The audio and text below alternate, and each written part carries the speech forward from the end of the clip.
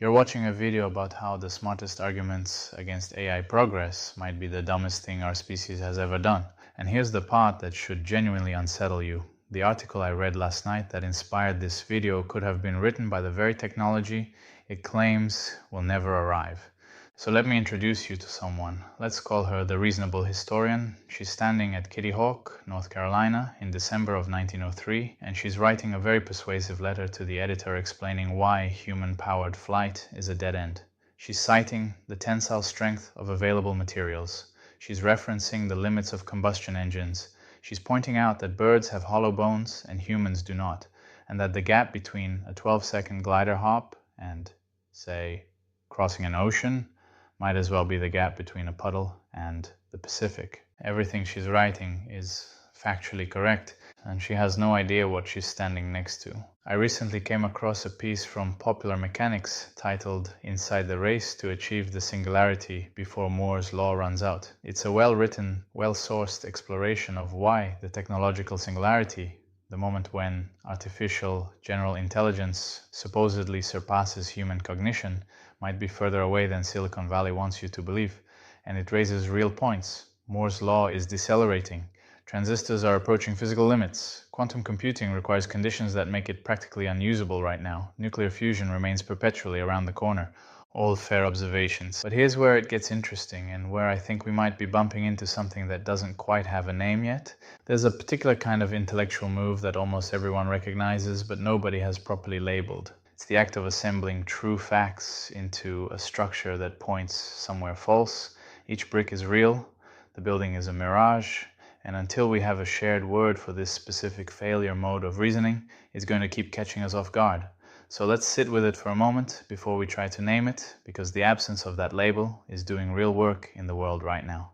Let's zoom out and look at something together. 5,000 years of recorded human civilization. Then in 1903, the Wright brothers fly. 42 years later, 1945, the first electronic digital computer. 78 years after that, 2023, ChatGPT enters the conversation. And now, just 3 years later, we're being told AGI isn't close. What's happening here is something psychologists might recognize as a form of scope insensitivity, the well-documented tendency for the human brain to struggle with the sheer scale of exponential processes. We experience time linearly. We wake up, the day passes, we go to sleep, so when someone describes technological acceleration, our intuition maps it onto a straight line. But the actual curve looks more like a hockey stick lying on its side, flat for centuries, and then almost vertical in what feels like an instant. The article talks about how Moore's law is slowing down, as if that's the relevant variable, but maybe the relevant variable was never transistor density.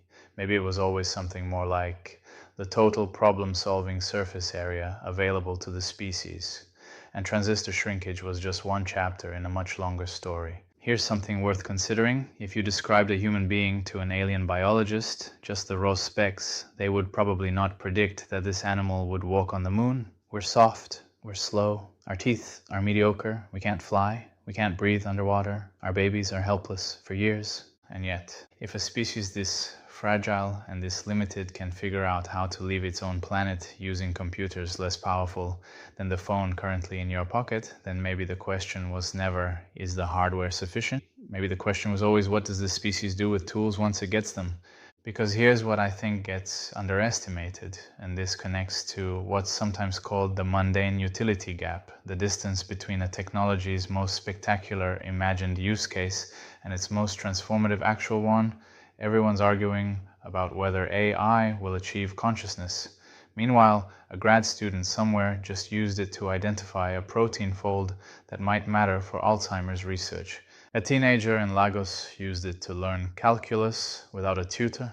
A single parent used it to draft a legal letter they couldn't afford a lawyer to write. The article frames the conversation as singularity or bust, but what if the real story is everything that happens before the singularity, and that before is already here? Now here's where things get a little recursive, and I want you to stay with me because this part matters. The article I read was published in February 2026. It argues that AI cannot truly innovate, that it merely recombines what already exists, and that's a defensible position. The piece quotes a chemist who points out that machine learning algorithms suggest candidates from known data and can't predict truly novel discoveries. Fair enough. But let me ask you something. If I sat down right now and told any large language model, write me a 2,000-word article arguing that AI will never achieve general intelligence, what do you think would happen?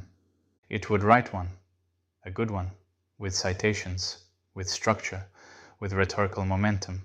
It would use phrases like the reality of physics itself and thought exercises with no real-life analog.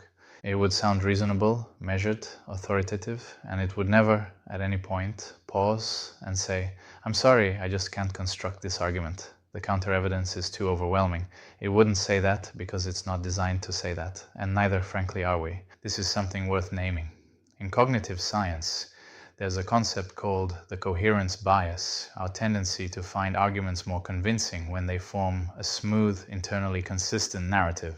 Regardless of whether the narrative corresponds to reality, the article assembles a beautiful, coherent case. Every fact checks out, the conclusion feels inevitable, and that's precisely what should make us pause, because the same tool that allegedly can't innovate could generate 100 equally coherent articles arguing the opposite, or arguing that the Earth is flat. The bottleneck was never the quality of the argument, it was always the quantity of resistance the arguer encounters. And when the arguer is an AI, that resistance is zero.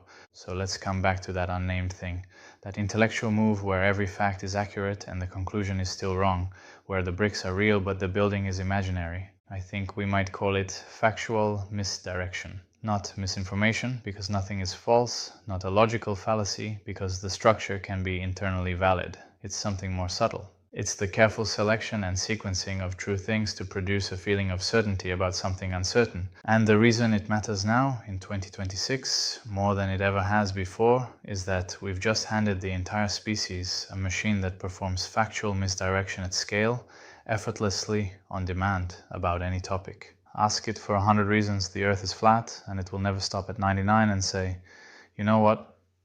I genuinely can't think of one." That's not a flaw of the technology, that might be a mirror. And now I want to do something slightly uncomfortable.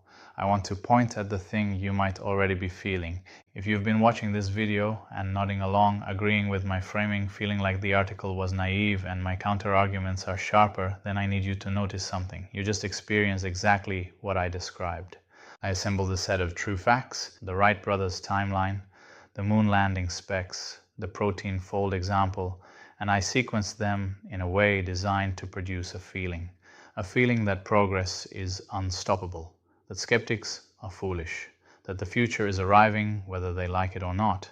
But I don't actually know that. Nobody does. What I do know is that my argument felt convincing, and that the article's argument also felt convincing, and that the tool we're arguing about could have written both and would have found neither one harder than the other. So maybe the question isn't, is AGI coming? Maybe the question is something more like, in a world where any position can be argued persuasively and endlessly and at zero cost, how do we figure out what's actually true? That's the real challenge the article missed. Not whether transistors can keep shrinking, but whether human judgment can keep up with a machine that generates certainty on demand. You know, the reasonable historian at Kitty Hawk eventually went home. She mailed her letter. It was published. People read it and nodded. The arguments were solid. The physics checked out. The material science was accurate. And 12 seconds of flight turned into 12 hours, turned into 12 days in orbit, turned into footprints on the moon. She wasn't wrong about the facts. She was wrong about the species. And that's the part no article, no matter how well sourced, can argue its way around. Because the question was never whether the tools were ready. It was always whether the monkeys holding them were too stubborn to stop building. Last thing, everything I just said about the compression of timelines, about coherence bias, about factual misdirection, you could paste this entire script into a chatbot right now and ask it to write a rebuttal. And it would, instantly, fluently, persuasively. And it would never once say, "I'm sorry, he made too good a point. I've got nothing." Somewhere right now someone is writing a careful, well-reasoned explanation of why the next leap is impossible. And somewhere else, someone is quietly building the thing that will make that explanation look like a footnote. The only question is whether we recognize which one we're standing next to.